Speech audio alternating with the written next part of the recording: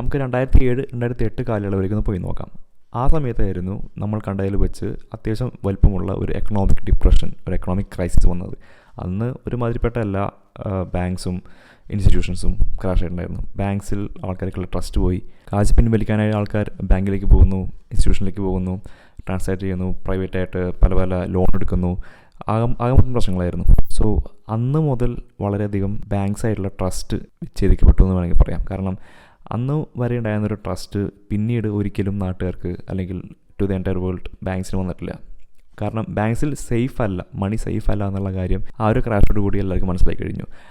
അതോടെയാണ് ഏകദേശം 2008 കാലയളവിൽ സതോഷി നാക്കാമോട്ടോ എന്ന പേരിൽ അറിയപ്പെടുന്ന ഒരു ആളോ അല്ലെങ്കിൽ ഗ്രൂപ്പ് ഓഫ് പീപ്പിൾ അവരെല്ലാം കൂടിയിട്ടാണ് ഫസ്റ്റ് ക്രിപ്റ്റോ കറൻസി ആയിട്ടുള്ള ബിറ്റ്കോയിന് ജന്മം കൊടുത്തത്. അതേ പിന്നെയാണ് ഈ ക്രിപ്റ്റോ കറൻസീസ് ലോകം അറിയുന്നതും അതേ പിന്നെയാണ് എക്സ്പാൻഡ് ചെയ്യുന്നതും. പല പല യൂസ് കേസുകളുള്ള പല പല യൂട്ടിലിറ്റി വാല്യൂസുള്ള പല പല ക്രിപ്റ്റോ കറൻസീസും അതേ പിന്നെയാണ് വന്നു തുടങ്ങിയത്.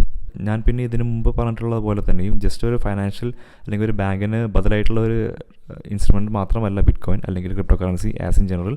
അതൊരു നമുക്ക് പ്രൈവറ്റായിട്ട് ട്രാൻസ്ഫർ ചെയ്യാൻ പറ്റുന്ന ഒരു മീൻസ് ഓഫ് ഇൻസ്ട്രുമെൻ്റ് ആയിട്ട് കൺസിഡർ ചെയ്യാം. അതായത് ഒരു ബാങ്കോ അല്ലെങ്കിൽ ഇൻസ്റ്റിറ്റ്യൂഷൻ്റെ ഒരു ഗ്യാരണ്ടി അല്ലെങ്കിൽ ഒരു ഗവേണൻസ് ഇല്ലാതെ നമുക്ക് തന്നെ വേണമെങ്കിൽ ട്രാൻസ്ഫർ ചെയ്യാൻ പറ്റുന്ന ഒരു KYC പോലും വേണ്ടാതെ ട്രാൻസ്ഫർ ചെയ്യാൻ പറ്റുന്ന ഒരു ഇൻസ്ട്രുമെൻ്റ് ആയിട്ട് നമുക്ക് ക്രിപ്റ്റോ കറൻസി മൊത്തത്തിൽ കാണാം.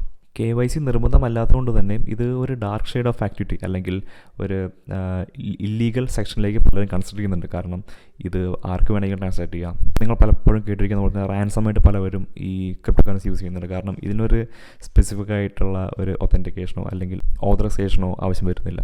നമ്മൾ ജസ്റ്റ് അത് ഒരു ബ്ലാക്ക് ലൈനിൽ മാത്രം കാണരുത് അല്ലെങ്കിൽ ഒരു നെഗറ്റീവ് സൈഡിൽ മാത്രം കാണരുത്. നമുക്കിതിൻ്റെ പലവിധ പോസിറ്റീവായിട്ടുള്ള യൂസ് കേസും വരുന്നുണ്ട്. ഫോർ എക്സാമ്പിൾ ഞാൻ നേരത്തെ പറഞ്ഞ പോലെ തന്നെ ബാങ്ക്സിന് ആവശ്യം വരുന്നില്ല, KYC ആവശ്യം വരുന്നില്ല.